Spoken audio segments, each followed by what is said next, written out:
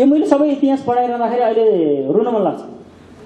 त्यतै हिजडा जस्ता मान्छे, उतै नालायक मान्छे, किन जन्मिए नि थाहा छैन, के गरे नि थाहा छैन, कस्तो सजिलो छ। 46 सालमा आएर भोट माग्यो, त्यही बेलाको बेला भोट दिएछ। 52 सालमा आएर भोट माग्यो, त्यही बेलाको बेला भोट दिएछ। फेरि 63 सालमा आएर भोट माग्यो, त्यही बेलाको बेला भोट दिएछ, त्यही बेलाको बेला पठाएछ। ती बेकुबहरू सत्तामा जान्छन्, रक्सी बेच्नेको ट्याक्सबाट सत्ता चलाउने सपना देख्छन्, टुरिज्मको नाममा हाम्रा दिदीबहिनीहरूलाई बेस्या बनाएर डाँडा डाँडा ढाक्ने सपना देख्छन्। टुरिज्मको अर्थ थाहा छैन, धर्म मान्दैनन्, स्वभाव गतिलो छैन।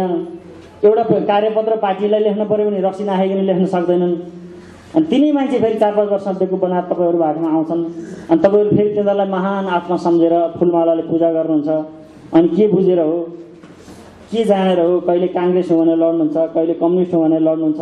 अनि तिनै मान्छेलाई भोट हाल्नुहुन्छ, फेरि तिनै सत्तामा पठाउनुहुन्छ। अनि तिनीहरू विदेशी लुगा लाउँछन्, नेपाली कपडा लाउँदैनन्। नेपाली कपडा कहाँ बन्छ तिनीहरूलाई थाहै छैन। जहाँ जहाँ बन्छ उनीहरू आफैले बन्द गरिदिइसके। उनीहरूले त सोचेछन् अब नेपाली कपडै बन्दैन। अनि चट्ट विदेशी टाई लाउँछन्, तनक्क टल्किन्छन्, भुँडी लैन भइसक्यो जस्तो भइसक्यो। खाँदा खाँदा 5 स्टार होटेलमा गएर बर्गर स्यान्डविच के हो विदेशी खाना मात्र खान्छन्। अनि रक्सीले आँखा फुलिसकेका छ, आँखा सानो भइसकेको छ, वरिपरि यत्रो पोटिलो भइसकेको छ, गाला पुक्क भइसकेको छ रक्सीले फुलेर, होइन? त्यो जलगैँडाको जस्तो यतै भुँडी ढल्किन्छ, उतै भुँडी ढल्किन्छ। लुगा खोलेर राखिदिने भने भ्यागु त उभिँदा कस्तो देखिन्छ त्यस्तै देखिन्छन्। ती मान्छे विदेशी टाई लाउँछन्, टनक्क तन्किन्छन्, BICC भित्र विदेशी गाडीमा सरर जान्छन्। हामी निमुख भएर बाहिर बसिरहन्छौँ। अनि हाम्रो देशको महान नेता भनेर गर्व गर्छौँ। अनि तिनैको नाममा घरमा गएर श्रीमतीसँग छोराछोरीसँग लड्छौँ। ए एमालेलाई भोट हाल, ए माओवादीलाई भोट हाल, ए काङ्ग्रेसलाई भोट हाल।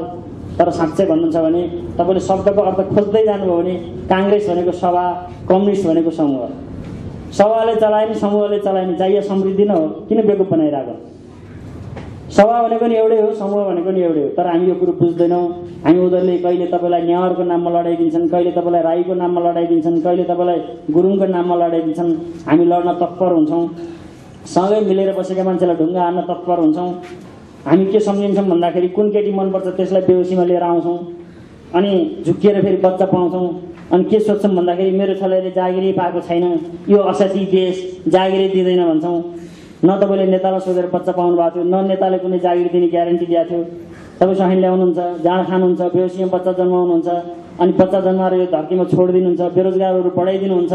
तपाईँ चाहिँ अनि आफैले भोट हालेर पठाएका मान्छेलाई गाली गर्नुहुन्छ।